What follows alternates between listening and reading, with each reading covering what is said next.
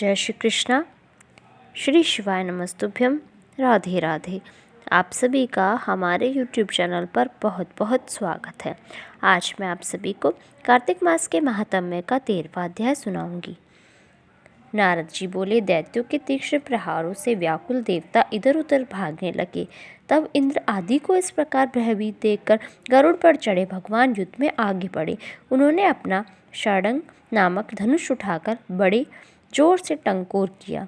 त्रिलोकी शाब्दित हो गई। पल मात्र में ही भगवान विष्णु ने हजारों दैत्यों के सिर काट गिराए। यह देखकर जलंधर के क्रोध की सीमा न रही। फिर तो भगवान विष्णु और जलंधर का महान संग्राम हुआ।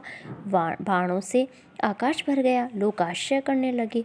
भगवान विष्णु ने अपने बाणों के वेग से उस दैत्य की ध्वजा, छत्र और धनुष बाण काट डाली तथा एक बाण से उसकी छाती में प्रहार किया। इससे व्यथित हो उसने अपनी प्रचंड गदा उठा गरुड़ के मस्तक पर दे मारी।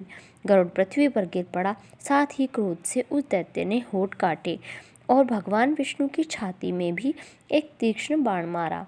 इसके उत्तर में भगवान विष्णु ने उसकी गदा काट दी और अपने षडंग धनुष पर बाण चढ़ाकर उसको बांधना प्रारंभ किया। जलंधर भी उन पर अपने पैने बाणों बरसाने लगा। उसी समय जलंधर ने भगवान विष्णु को कई पैने बाण मारकर वैष्णव धनुष को काट दिया। धनुष कट जाने पर भगवान ने गदा ग्रहण कर ली और शीघ्र ही जलंधर को खींचकर मारी भी, परंतु उस अग्निवत अमोद गदा की मार से भी वह चलायमान न हुआ और बंदोन्मत्त हाथी के समान उसे यानी गदा की मार को फूल की माला ही जाना। साथ ही उस युद्ध दुर्मुद ने अत्यंत ही क्रुद्ध होकर एक अग्निमुख त्रिशूल उठाकर विष्णु पर छोड़ दिया। भगवान विष्णु ने शिव के चरणों का स्मरण कर नंदक नामक त्रिशूल से उसे के त्रिशूल को छेद दिया। जलंधर ने झटक कर भगवान विष्णु की छाती में एक मुष्टिक मारा। उसके उत्तर में भगवान विष्णु ने भी उसकी छाती पर अपनी मुष्टिका का प्रहार किया। फिर दोनों घुटने टेक कर बाहों और मुष्टिकों से बाहु युद्ध करने लगे। कितनी ही देर तक भगवान विष्णु उसके साथ युद्ध करते रहे। वह कुछ श्रमित से हो गए।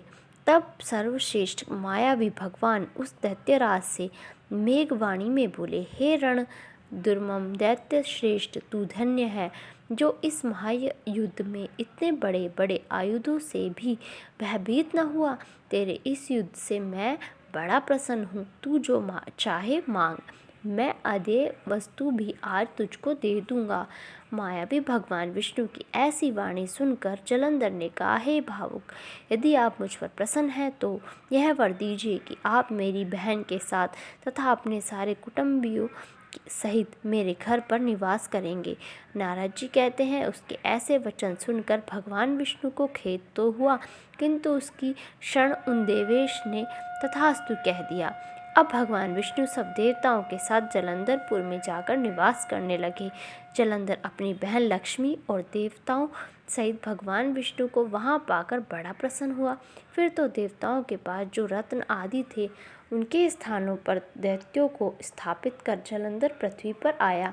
निशुंभ को पाताल में स्थापित कर दिया और देव दानव यज्ञ गंधर्व सर्प राक्षस मनुष्य आदि सबको अपनी वंशवती बनाकर त्रिभुवन पर शासन करने लगा। उसने धर्मानुसार सुपुत्रों के समान प्रजा का पालन किया।